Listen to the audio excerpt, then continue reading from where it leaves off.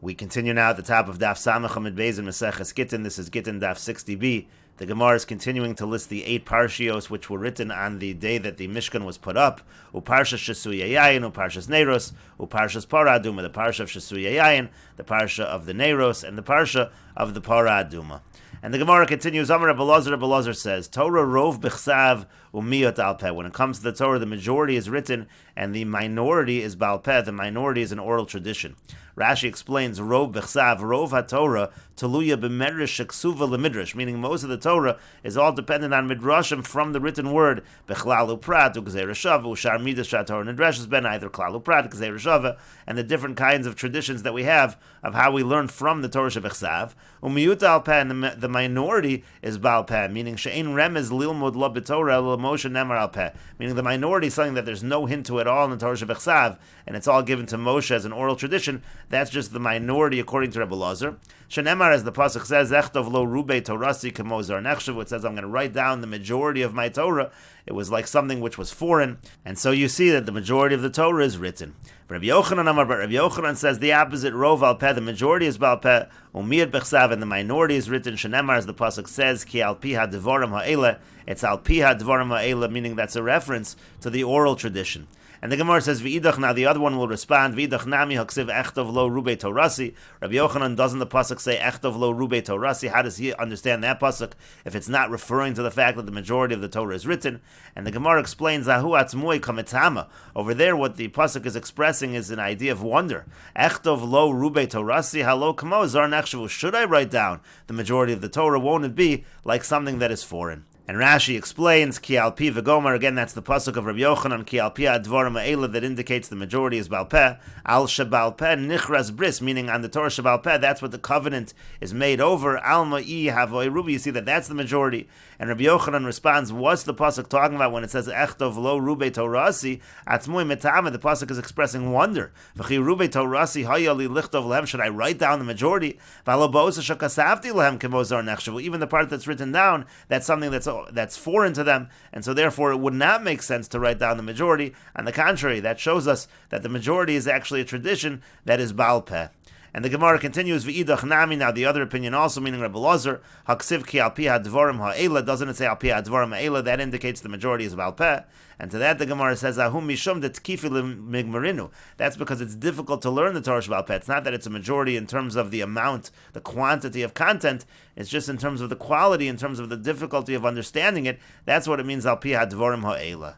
And the Gemara continues, Darish Rabbi Yehuda bar Nachmani miturgamoni de Rabbi Shimon ben Lakish. Rabbi Yehuda bar Nachmani, who was the disseminator for Rabbi Shimon ben Lakish, he darshans as follows: Ksiv, it's written Ksov l'chas advarim ha'ela. The pasuk says Ksov l'cha, meaning that you're supposed to write down the Torah.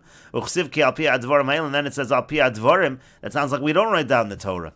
Hakeitzad, how so? Devarim shebechsav, things that are meant to be written. Iyatar rashoy l'omer al peh, those things you're not allowed to say them over. Ba'al peh, you can't say them by heart. And devarim shebal peh, those things which are supposed to be an oral tradition. Iyatar rashoy l'omer bechsav, you're not allowed to write those items down. And the Gemara continues along the same lines. Devei Rabbi Shmuel taught in the yeshiva of Rabbi Shmuel, it was taught Eila. When it says in the pasuk Eila, what does it mean? It means Eila atakosiv. It means these. These are the things that should be written down. Ksov l'chas advarim ha'ela v'atakosiv halachas. You're not allowed to write down halachas. Again, the same idea. You can't write down the Torah shebal peh. Amar Rabbi Yochanan says, Lo kares HaKadosh Baruch Hu brisim Yisrael ela b'shvil devarim shebal peh. HaKadosh Baruch Hu only made the covenant with Israel because of the items which are bal peh. Shenemar, again, as the pasuk says, Ki al pi advarim ha'ela karati et chabris ves Yisrael. It's because of the Torah shebal peh. That's the idea of al pi advarim ha'ela. That's why there's a covenant between HaKadosh Baruch Hu and Klal Yisrael. And Rashi explains, Devorim shamarti lach bechsav, those things which are written, Iyator rashoy lemosram liYisrael al peh, you can't give them over to Klal Yisrael as an oral tradition. Udvarim shaval peh Iyator rashoy lekosvin, and those things which are an oral tradition, you can't write them down. Mikana tolamid Talmud lo nitan lichasiv. Rashi says, from here we see that the Talmud, the Gemara, shouldn't be written down. Elam ibnei shator mishtakachas. The only reason that it's written down is because we don't want that the Torah should be forgotten. And the Gemara continues at the two dots. The Mishnah said, Ma'orvin bebayis yoshin v'mnei darchei shalom. When they put the Eruv, they would put it in the old house, meaning whatever house it used to be kept in, that's where it should always be kept. You shouldn't change the house where you place the Eruv, and that's also because of darchei shalom, to promote the peace. And the Gemara says, my time, and what's the reason? Ilema mishum kavod. If you're going to say it's because of the honor, the person who had it all along, he should continue to have it. That's a form of kavod. Vahu shipura dehava meikara bei Rav Yehuda, ulevasof bei Rab, ulevasof bei Rav Yosef, ulevasof bei Abai, ulevasof bei Rava. But there was a shipura. Rashi will explain what shipura is. Originally, it was in the house of Rav Yehuda. Then it went to Rabba. Then it went to Rav Yosef. Then it went to Abaya. Then it went to Rava. And so you see, there's nothing wrong. It's not considered disrespect for it to change houses.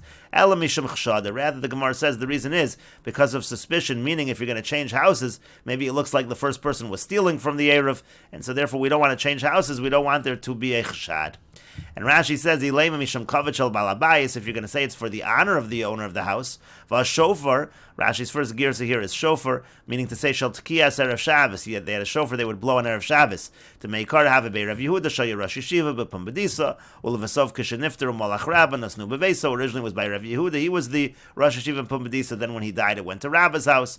Uvasa Rabba malach Rav Yosef. After Rabba, the Rosh Yeshiva was Rav Yosef. V'hader malach Abaya, v'hader malach Rava. Then came Abaya. Then came Rava.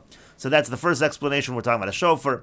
For Rav Shrir Gon Perish Bechsav Chuvas or Shipura, shofar shel Nadav. Rav Shrir Gon says the explanation is it was like a charity box. So you nosin l'sochu Nadava hashlucha lebnei hayeshiva kimo yud gimel shofaros hayu b'mikdash. They used to put money in there. They gave it to the bnei hayeshiva. So again, that charity box went from one house to the other. But again, the idea is the same. And the Gemara ultimately says, Mishum Chashada, the reason you don't change the house of the Erev is because of causing unnecessary suspicion. However, Hurgol ha'Erev b'soch oso habayis and basal l'shanas as makomo, since the Erev was already always put in that house, if you're going to change the house, ha'nechnasan la'oso bayis v'lo Yerusham, people come into the original house, they don't see it there, v'lo Yerusham is ha'Erev, they don't see the Erev there, yechshadu es b'nei ha'chotzer, shemataltalim below Erev, they're going to suspect the people of the chotzer that they're carrying without an Erev. That's Rashi's explanation. Rashi's explanation is that people will actually think there's no Erev whatsoever, but again, as mentioned when we did the Gemara, another explanation of Chashada is there's going to be unnecessary suspicion of the person who the original Erev was by his house. And that original explanation that we gave in the Gemara, not like Rashi, is the explanation of Tosas. We'll read Tosas, Ela mishum Chashada, Perish Rabbeinu Tam shelo yomrim nehachshad, shechoshdem oso lignov pashal Erev, ein manichem oso sham. We don't want people to say that the reason why it was moved from the original house was again because that original owner, that original Balabayas, was stealing from the Erev. And the Gemara continues at the two dots. The Mishnah said, Bor shukar of liyama v'chul. If you have a bor, if you have a pit that's near the water channel, so that pit is allowed to be filled up first. That's also from the darche shalom. And the Gemara says, Itmar, we have the following machlokas amoroim. B'nei nahar, if you have people that live alongside a river. Rav Amar Tasoi Shasu Maya Beresha. Rav says that the lower fields, they're the ones that can irrigate their fields first. Shmuel Amar Eloi Shasu Maya Beresha. And Shmuel says it's the upper fields that can irrigate from the river first. And the Gemara explains, B'demezel kuli alma lo pligi. Let's say you have a situation where the water is flowing, meaning they don't have to dam up the river in order to irrigate their fields. As Rashi says, B'demezel kuli alma lo pligi, yemeinan sochrem es hanor, if they don't have to dam the river, eladolan v'holchen, but rather they just take from the river and walk it over to their fields, v'hanor moshe kepashto, and the river flows regularly, kuli alma lo pligi shekol harotz lidlos yidla. Then everybody agrees, anyone who wants to take water from the river is allowed to take water from the river. There, kuliyam lo pligi, there again, there is no argument. Ki pligi b'miskar vashkuyi. The whole machlokas is, let's say you have a situation where they have to stop up the river in order to irrigate their fields.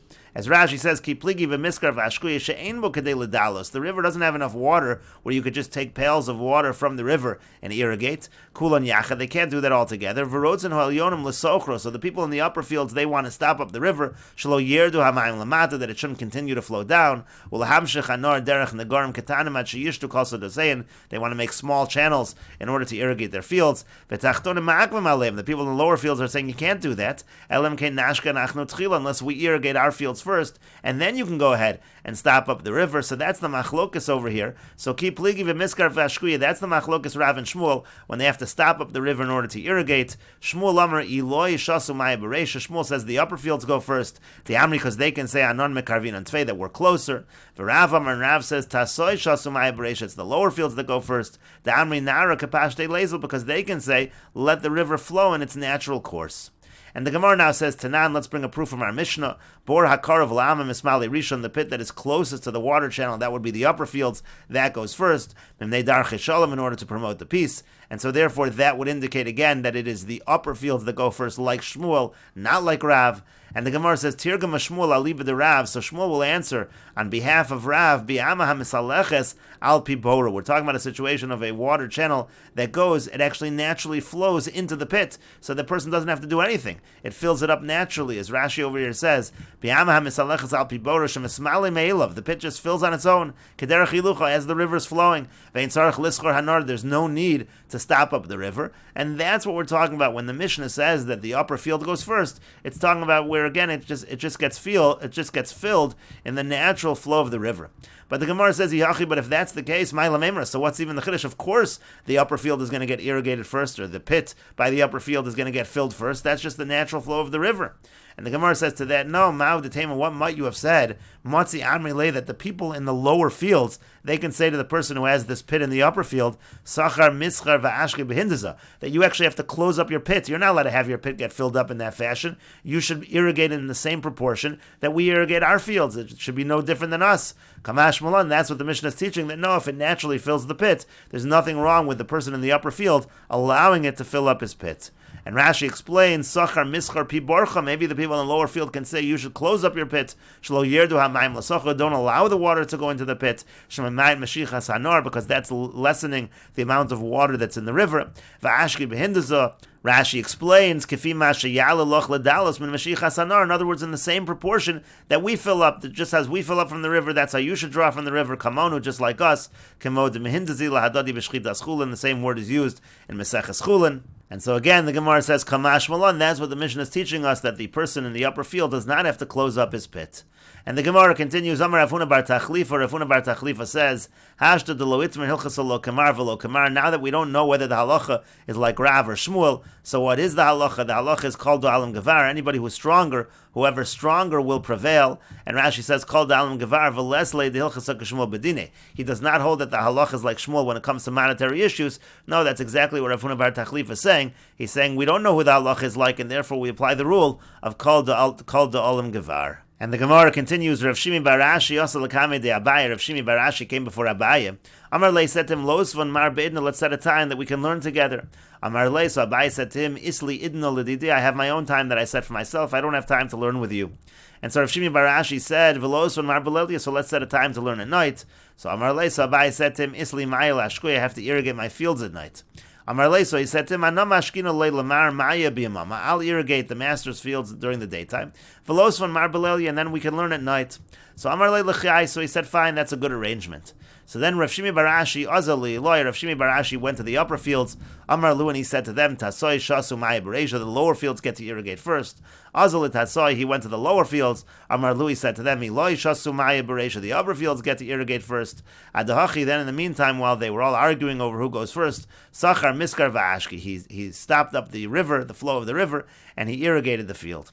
Kiyasa l'kamei de Abaye, when he came before Abaye, and Abaye realized what he had done, Amar lei, so Abaye said to him, Kevei trei avartili, you did to me like two contradicting opinions. You used both opinions to your advantage, that's not proper.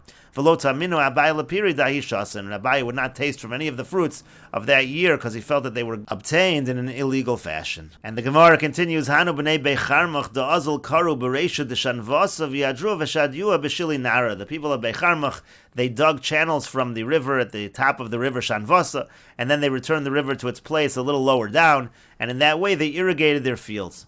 Asu Eloi l'kami de Abaye, so the people of the upper fields came to Abaye, Amrule, and they said to him, Kamaskil and Aharon, that's damaging our river, because when the river gets to our area, it's no longer flowing with the same speed, and that's problematic. So Amar Lu, so he said to them, Karu b'hadayu tfei purs, if you dig a little deeper, that'll allow it to flow better, and that should solve the problem. But Amrulay, they said to him, Chayav shiper, and if we do that, it's going to dry up our fruits. The idea was that if they make the river deeper, so then it's not going to fill up the smaller channels that were used to irrigate their fields, and that's going to be a problem also. So Amar Lu, so when he heard that, he said to them, meaning he said to the people of Beicharmach, Zilu sliko nafshayachum mehasam, go remove yourself from there. You're not allowed to divert the river if it's causing this kind of damage. And the Gemara continues at the two dots. The Mishnah said, Mitsudos chayev ofos v'dagim yeshben v'chul. If a person takes from the traps that were set for animals or birds or fish, so if you take from those traps, it's considered to be stealing.